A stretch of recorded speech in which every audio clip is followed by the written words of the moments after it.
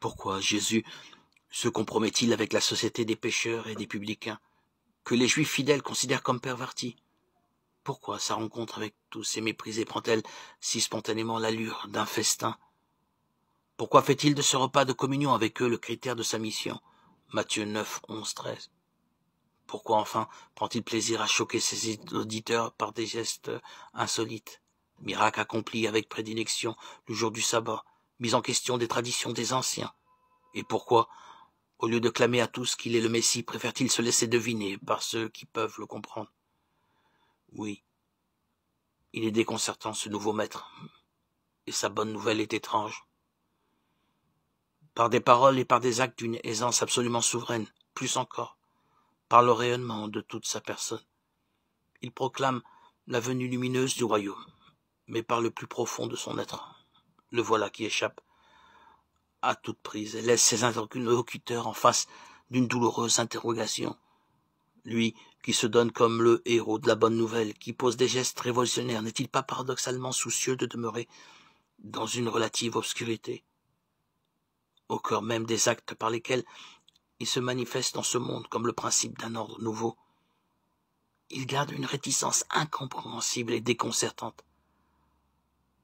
Quand des manifestations messianiques se dessinent, il semble craindre l'enthousiasme des foules.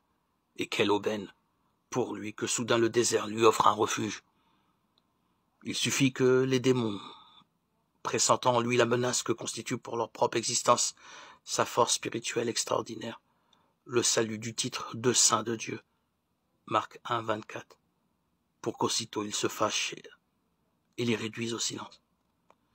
Ceux qui la guérissent sont invités à ne pas divulguer le miracle, et que de fois ne laisse-t-il pas sans réponse les questions qu'on lui pose?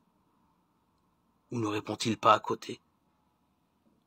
Qu'y a-t-il de plus troublant que ce mélange d'une volonté décidée de se manifester publiquement et d'une recherche délibérée d'obscurité et de silence? Avec Jésus, l'ère du salut, celle de la moisson messianique, Matthieu 9, 37, Luc 10, de Jean 4, 30, 36, s'ouvre dans une explosion de joie. Mais d'où vient donc que son air de fête est si étrange, tellement connu et tellement inconnu? La foi est le moyen de posséder déjà ce qu'on espère et de connaître des réalités qu'on ne voit pas. Et quand l'Écriture rend témoignage aux anciens, c'est à cause de leur foi. Grâce à la foi, nous comprenons que les mondes ont été organisés par la parole de Dieu, si bien que l'univers visible provient de ce qui n'apparaît pas au regard. Grâce à la foi, Abel offrit à Dieu un sacrifice meilleur que celui de Caïn. À cause de sa foi, il fut déclaré juste. Dieu lui-même rendait ainsi témoignage à ses offrandes. À cause de sa foi, bien qu'il soit mort, il parle toujours. Grâce à la foi, Enoch fut enlevé de ce monde, et il ne connut pas la mort. Personne ne le retrouva parce que Dieu l'avait enlevé.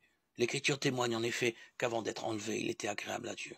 Or, sans la foi, c'est impossible d'être agréable à Dieu, car pour s'avancer vers lui, il faut croire qu'il existe et qu'il assure la récompense à ceux qui le cherchent. Grâce à la foi, Noé, averti de ce qu'on ne voyait pas encore, prit au sérieux la parole de Dieu.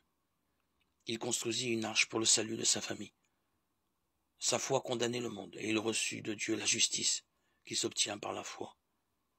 Grâce à la foi, Abraham obéit à l'appel de Dieu. Il partit vers un pays qui devait lui être donné comme héritage. Et il partit sans savoir où il allait. Grâce à la foi, il vint séjourner comme étranger dans la terre promise. C'est dans un campement qu'il vivait, ainsi qu'Isaac et Jacob, héritiers de la même promesse que lui, car il attendait la cité, qui aurait de vraies fondations, celle dont Dieu lui-même est le bâtisseur et l'architecte. Grâce à la foi, Sarah, elle aussi, malgré son âge, fut rendue capable d'avoir une descendance, parce qu'elle avait pensé que Dieu serait fidèle à sa promesse.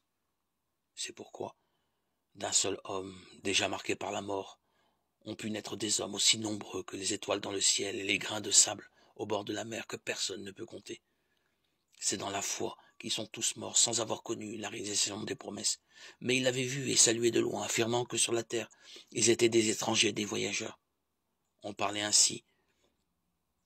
C'était montré clairement qu'on est à la recherche d'une patrie. S'ils avaient pensé à celle qu'ils avaient quittée, ils auraient eu la possibilité d'y revenir. En fait, Ils aspiraient à une patrie meilleure, celle des cieux, et Dieu n'a pas refusé d'être invoqué comme leur Dieu, puisque il leur a préparé une cité céleste. Lettre aux Hébreux 11, 1, 16.